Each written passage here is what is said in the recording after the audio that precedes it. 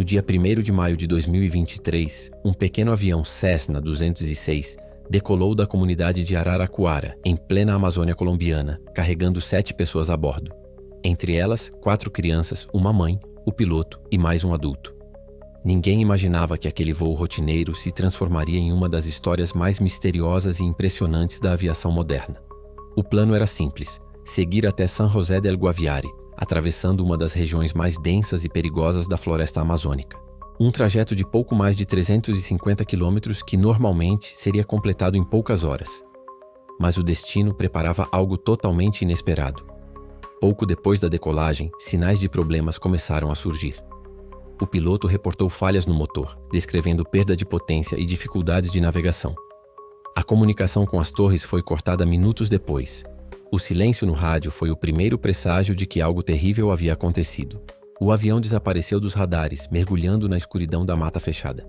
O coração da Amazônia, uma das áreas mais inóspitas e selvagens do planeta, engoliu completamente a aeronave e seus ocupantes. As buscas começaram imediatamente, mas quem conhece a Amazônia sabe que ela é quase como um oceano verde, interminável e traiçoeiro. A floresta esconde tudo, apaga rastros, silencia sinais.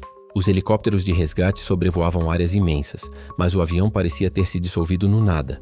A notícia rapidamente percorreu o mundo. Um avião com 4 crianças desaparecidas na selva amazônica mobilizava não apenas forças colombianas, mas também militares e equipes de sobrevivência especializadas. Era uma corrida contra o tempo. Durante dias, nada foi encontrado. Nenhum destroço, nenhuma pista, apenas o eco ensurdecedor da floresta. Cada hora que passava aumentava o desespero das famílias.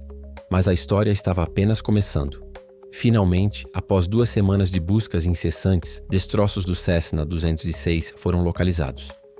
Entre as árvores gigantes, pedaços de fuselagem e assentos quebrados contavam a violência do impacto. Porém, algo ainda mais misterioso surgiria a partir dali. No local do acidente foram encontrados os corpos do piloto e de 2 adultos. Mas das 4 crianças não havia sinal. Nem rastros de sangue, nem restos de roupas, nada que indicasse morte. A ausência delas se tornou o maior mistério daquela tragédia. Como 4 crianças poderiam ter sobrevivido à queda de um avião em plena selva amazônica? Essa pergunta começou a ecoar não apenas entre os militares, mas no mundo inteiro. As buscas se intensificaram. Rastros pequenos, como restos de frutas mordidas, pegadas infantis na lama e improvisações com folhas começaram a ser encontrados.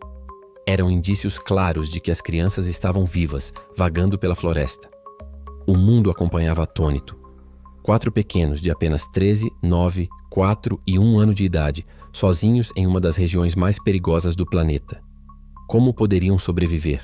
A Amazônia não é apenas floresta. É um campo de batalha contra mosquitos transmissores de doenças, serpentes venenosas, animais predadores e rios caudalosos. Mesmo para adultos treinados, sobreviver ali é um desafio quase impossível. As forças de resgate deixavam mensagens gravadas em alto-falantes, pedindo para que as crianças não tivessem medo e se aproximassem. Pacotes com comida eram lançados de helicópteros, mas parecia que os pequenos estavam em constante movimento, sempre um passo à frente, como se conhecessem a floresta. A cada dia, os relatos ficavam mais enigmáticos. Um soldado encontrou um abrigo improvisado feito de folhas grandes, cuidadosamente arranjadas para proteger da chuva.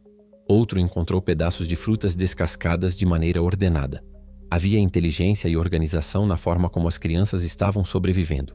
Especialistas começaram a analisar a situação. As crianças pertenciam à etnia Witoto, indígenas da região amazônica.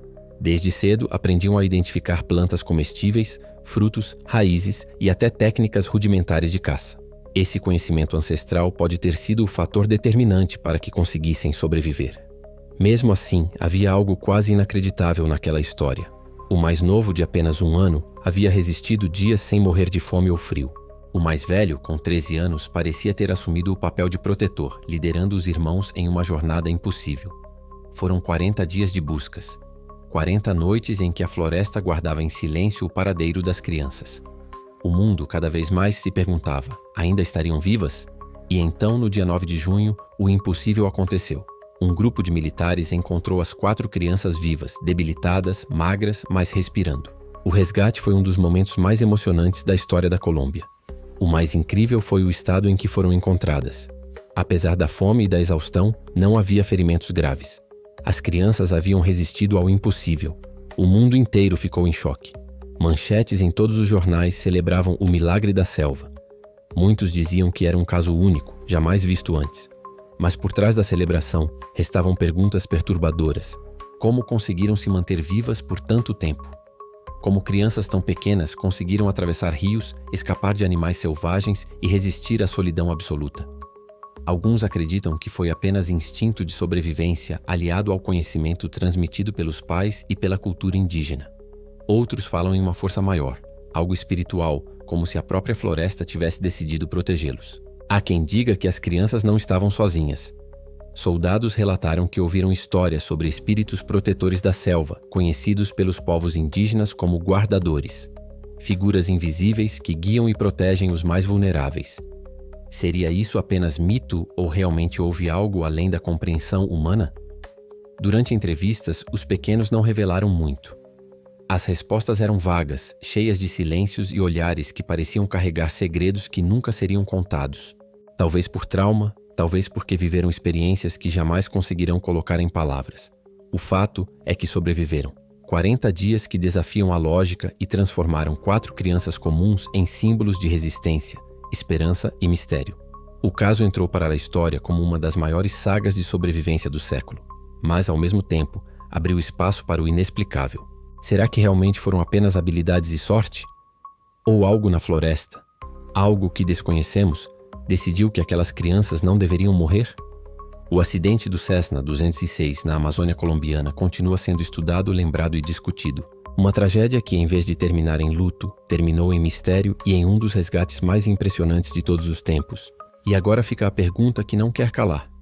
O que realmente aconteceu nesses 40 dias na selva? Houve apenas sobrevivência humana ou algo que ultrapassa nossa compreensão esteve presente ao lado daquelas crianças?